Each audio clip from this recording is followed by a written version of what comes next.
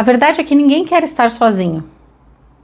Mas e se essa for justamente a lição que a vida está tentando nos ensinar antes da gente se entregar para um amor verdadeiro? Hoje a pergunta é dura. Você sabe estar com você antes de querer estar com alguém? E ainda vou ainda mais longe. Você sabe quem você é e o que quer de verdade? A gente vive uma época estranha. Todo mundo quer se conectar, se relacionar, encontrar alguém, mas quase ninguém sabe estar com a própria presença. Você já se perguntou por que é tão difícil ficar sozinho? Talvez porque no fundo a gente tenha medo do que vai encontrar dentro da gente quando o silêncio chega. Mas e se justamente for isso, né? Por isso mesmo aprender a ficar só, né? Porque aprender a ficar só talvez seja o primeiro passo antes de amar alguém de verdade. A verdade é que muita gente entra num relacionamento por medo, não por amor. Medo do vazio, medo de não ser suficiente, medo do sábado à noite sem mensagem no celular. E aí se agarra no primeiro alguém que aparece como se fosse uma boia salva-vidas. Mas tem um problema nisso. Se você não consegue suportar a sua própria presença, ninguém vai suportar isso por você. E a companhia do outro vira anestesia. Só que a anestesia não cura, só adormece. Relacionamento não é para ser fuga, é para ser encontro. Mas para encontrar o outro de verdade, antes você precisa se encontrar. E saber estar só não significa gostar de estar sozinho o tempo todo. Mas significa ter paz consigo mesmo. Conseguir ficar em silêncio sem se sentir vazio. Significa saber o que quer, o que se sente, o que se precisa, antes de despejar tudo isso em outra pessoa. Porque sem isso, a gente começa a usar o outro como um espelho distorcido, ou mesmo como uma muleta emocional. E isso definitivamente não é amor, é dependência. Ou qualquer outra coisa, mas amor não é. Você sabia que nas últimas décadas nós passamos a ficar, em média, 45% a mais de tempo sozinhos?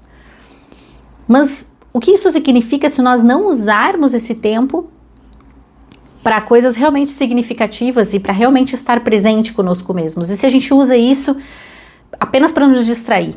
Ou se ficamos usando esse tempo para fazer outras coisas e preenchendo os vazios com distrações? Se esse tempo é preenchido com uma rolagem infinita, vídeos curtos, barulho constante, isso não é solitude, é fuga. É importante nós começarmos a colocar o nome correto nas coisas. É como estar sozinho, mas sem jamais se encontrar. A solidão só vira caminho de autoconhecimento quando você tem coragem de permanecer com você mesmo, sem distração, sem escapatória.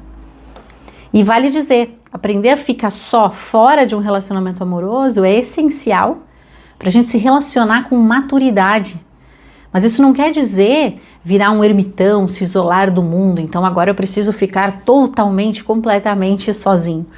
Não, é nesse tempo sem um par romântico que a gente tem a chance de formar nossa própria rede de amizades, nutrir vínculos que não exigem trocas ou cobranças, né? Treinar isso, aproveitar esse tempo para treinar isso e para realmente aprofundar outros vínculos. É aí que nós podemos nos observar nos pequenos gestos, nas conversas do cotidiano, nas relações com os demais e assim também irmos nos conhecendo mais. A solitude saudável ensina algo que a pressa dos amores não ensina, que a gente pode se relacionar com os outros sem esperar que eles preencham os nossos vazios. E isso muda tudo.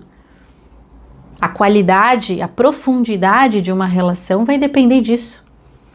Quanto mais confortável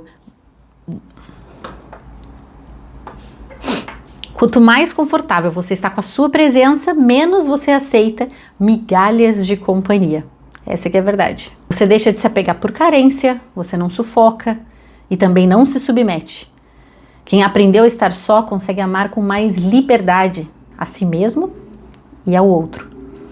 Porque não precisa do outro para existir, mas escolhe estar com ele, porque faz sentido e não por medo de ficar só. Agora eu quero te fazer algumas perguntas. E respira fundo antes de responder. Se você terminasse um relacionamento hoje, você saberia cuidar de si? Saberia se nutrir, se ouvir, se acolher?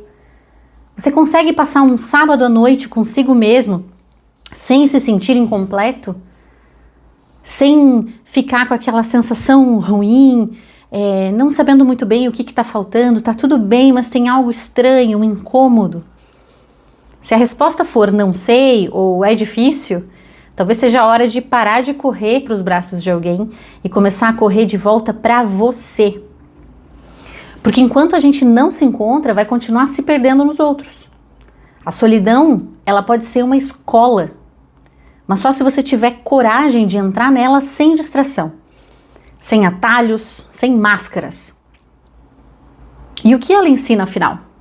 Ensina a escutar o que o barulho do mundo esconde, ensina a se sentar com a própria dor sem precisar fugir, ensina a se bastar, não no sentido de se isolar, mas no sentido de se respeitar e se amar.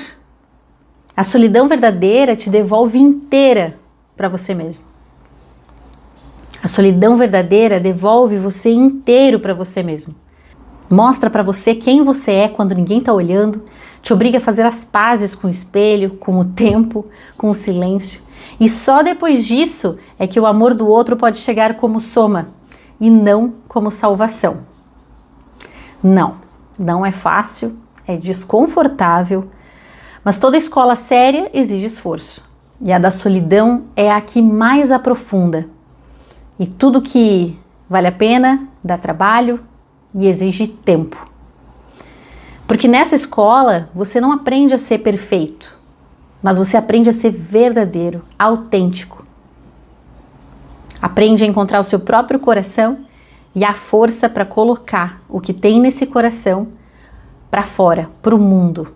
Não há nada mais justo e mais belo do que isso.